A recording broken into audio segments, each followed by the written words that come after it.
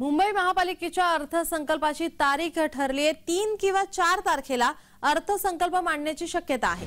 जय महाराष्ट्राला विश्वसनीय सूत्रांची माहिती। मुंबई महापालिकेच्या अर्थसंकल्पाची तारीख ठरल्याचं बोललं जाते। 3 किंवा 4 तारखेला अर्थसंकल्प मांडण्याची शक्यता आहे। आपले प्रतिनिधी डॅरेल मिरांडा आपल्यासोबत फोन लाईनवरून जोडलेत।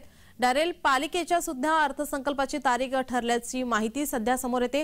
तारीख अद्याप निश्चित नाहीये, काय अधिकची माहिती?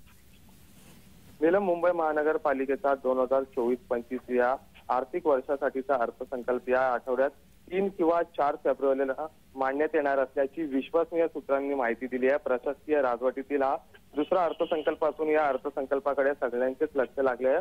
महापालिकेची निवडणूक अद्याप अनिश्चित असली तरी लोकसभेची निवडणूक जवळ येत असून त्या दृष्टीने या अर्थसंकल्पाला विशेष महत्व आहे। त्याचबरोबर महापालिकेच्या आर्थिक स्थितीचा अंदाजही येण्याची शक्यता आहे। गेल्या वर्षी 2023-24 मध्ये 52,719 कोटी रुपयांचा अर्थसंकल्प सादर करण्यात आला होता। त्यात यंदाही वाढ होण्याची दाट शक्यता आहे।